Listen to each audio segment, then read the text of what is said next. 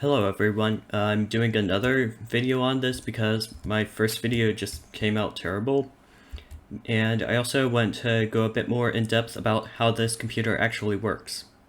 I'm going to focus mostly on just these three registers because that's kind of what makes the computer special, or at least to me.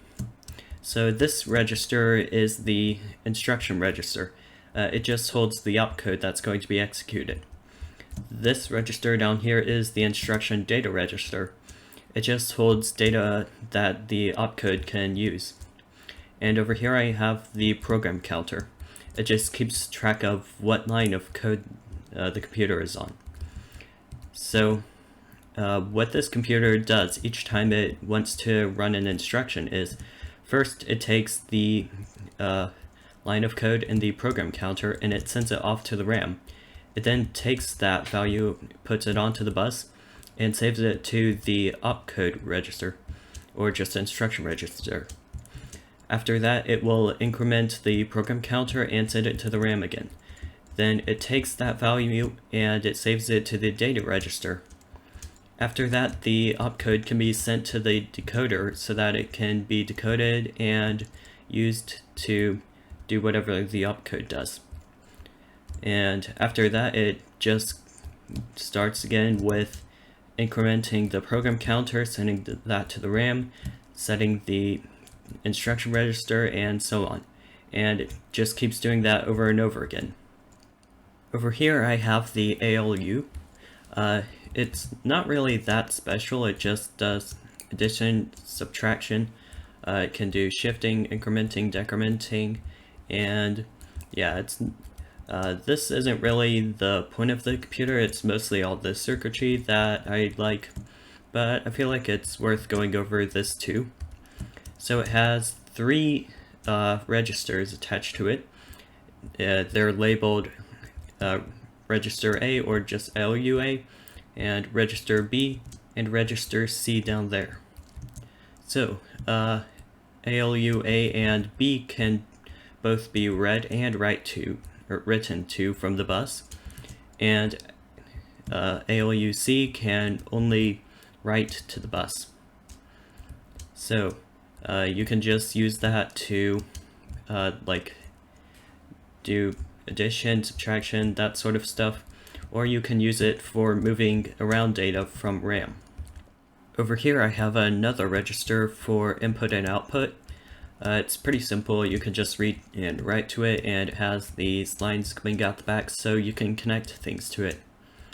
It's probably not really that great to use, but I felt like I should also include that.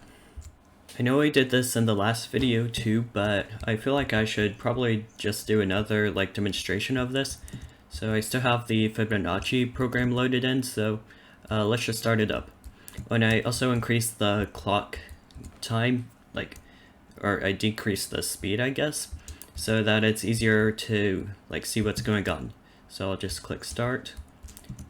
So the first thing it does is it takes the program counter and it sends it off to RAM. So we should be able to see that now. Yeah, well, it's just sending 0, and it's retrieving a 1, which is a store A instruction. So this will just store something to the A register. So now it's loading in the second value. You can see it's loading address 1, which is a 1. And it should set this.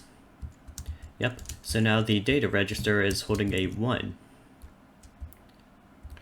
And after this, it'll start to load in the second thing. Yep, so it's sending it off to RAM, and it's now loading in a 2 to the opcode register, or instruction register. So this is a store B. It'll store a value into the B register. So, yep, it's taking it from RAM now. And, as I said it. Okay. And bam, now the B register is also holding a 1. Now it starts on the next instruction, can see it's sending a 4 to the RAM. Lots of lag. Okay, it's getting the next instruction, which is 10, and that is an add instruction. And it loads in data to the data register, but it actually doesn't use any of this data. So that's kind of just wasted. And the C register should be set to a 2. Yep, there we go. And now it'll load in the next instruction. I think that's like a 33 if I remember correctly.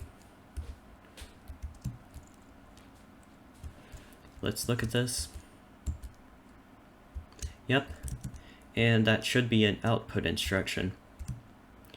Again, it loads in the data even though it doesn't actually use any of that data. And this is actually made better or optimized in the next computer, which is JASM Comp 2, obviously. So it's executing the instruction, and it is now outputting a 2. So yeah, I think that's good for this. I hope you liked this, and I'll see you on the next video.